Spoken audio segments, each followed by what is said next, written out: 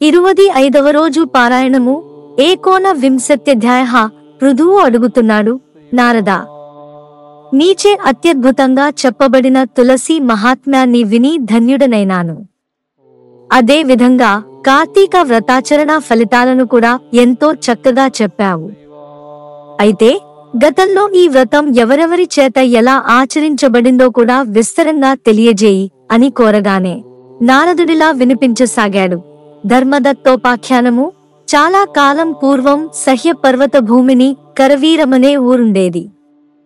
ఆ ఊళ్ళో ధర్మవేత్త, నిరంతర హరి పూజాసక్తుడు, నిత్య ద్వాదశాక్షరీ జపవ్రతుడు, అతిథి సేవాపరాయణుడు అయిన ధర్మదత్తుడనే బ్రాహ్మణుడు ఉండేవాడు.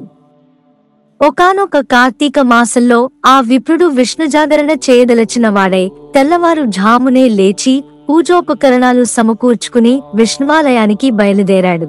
ఆ దారిలో వంకరలు తిరిగి ఘోరదంష్ట్రలు పాటిస్తున్న నాలుక, ఎర్రటి కళ్ళు, దరసరిపాటి పెదాలు, మాంసరహితమైన శరీరము గలది, పందెవలే గురుస్తున్నది అయిన ఒక దిగంబర రాక్షసి తారసపడింది. దానిని చూసి భీతి చెందిన ఆ బ్రాహ్మణుడు హరిస్మరణతో తులసీభరితమైన జలతాడనం చేయడం వలన ఆ నీళ్లు సోకగానే దాని పాపాలన్నీ పటాపంచలైపోతాయి. తద్వారా ఏర్పడిన జ్ఞానం వలన కలహ అనబడే ఆ రాక్షసి ఆ బ్రాహ్మణునకు సాష్టాంగంగా ప్రణమిల్లి తన పూర్వ జన్మ కర్మ విపాకాన్నిలా విన్నవించసాగింది. కలహ చెబుతోంది, పుణ్యమూర్తివైన ఓ బ్రాహ్మణుడా, పూర్వములో నేను సౌరాష్ట్ర దేశమందలి భిక్షుడనే బ్రాహ్మణుని భార్యను. అప్పుడు మిక్కిలి కఠినురాలనే ఉంటూ కలహ అనే పేరుతో పిలువబడేదానిని. నేనేనాడు నా భర్త ఆజ్ఞలను పాటించి ఎరుగను. ఆయన హితవును ఆలకించేదానినిగాను. నేనలా కలహకారినే అహంకరించి ఉండటం వలన కొన్నాళ్లకు నాథుని మనస్సు విరిగి మారుమనువాడాలనే కోరికతో ఉండేవాడు.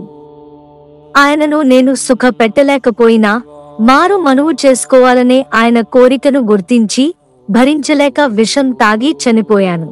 యమదూతలు నన్ను తీసుకువెళ్లి యముడి ముందు నిలబెట్టారు.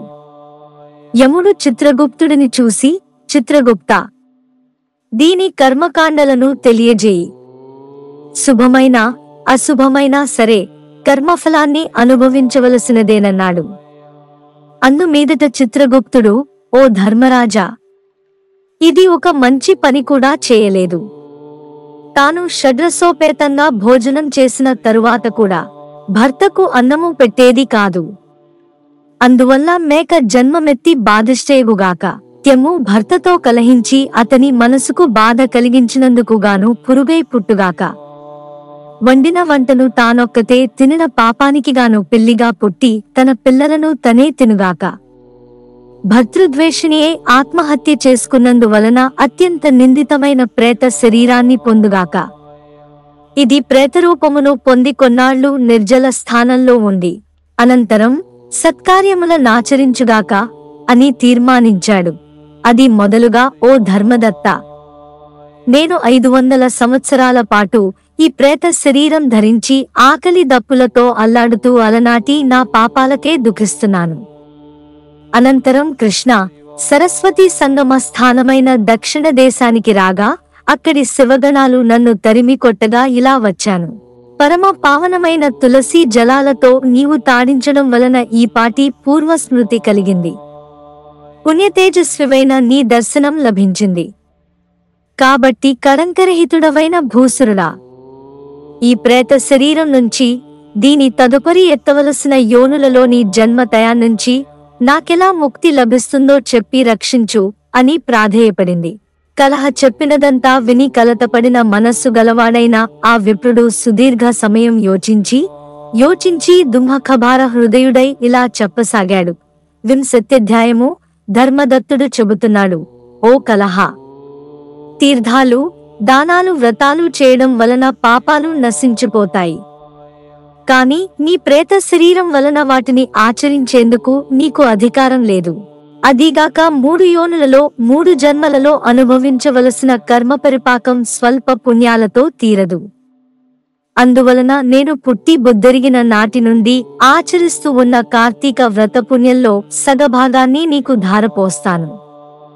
తద్వారా నీవు తరించి ముక్తిని పొందు. ఈ విధంగా చెప్పి ద్వాదశాక్షరి మంత్రయుక్తంగా తులసీతోయాలతో ఆమెనభిషేకించి కార్తీక వ్రత పుణ్యాన్ని ధారపోశాడు.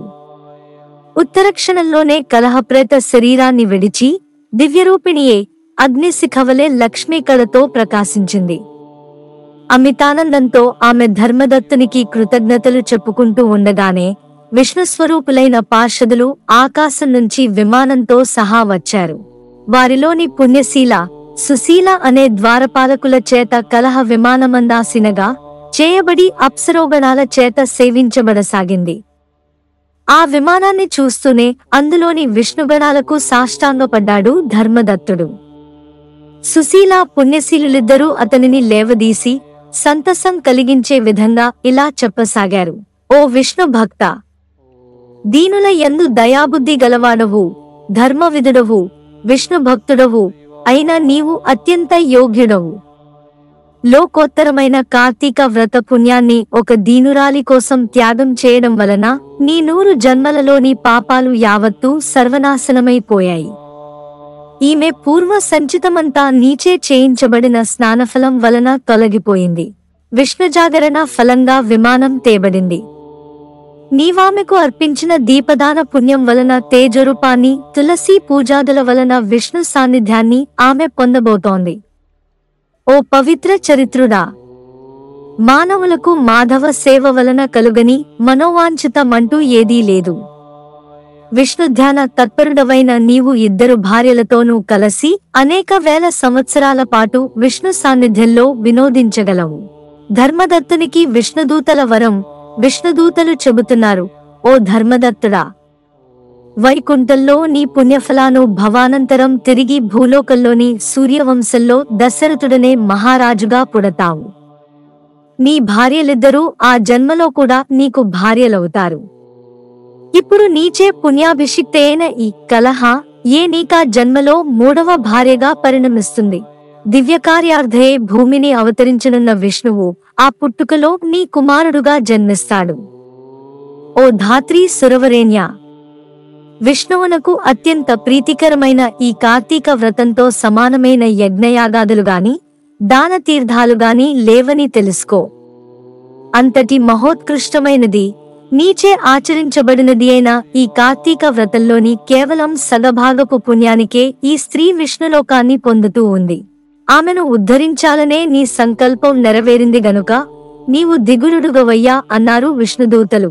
19, 20 అధ్యాయములు.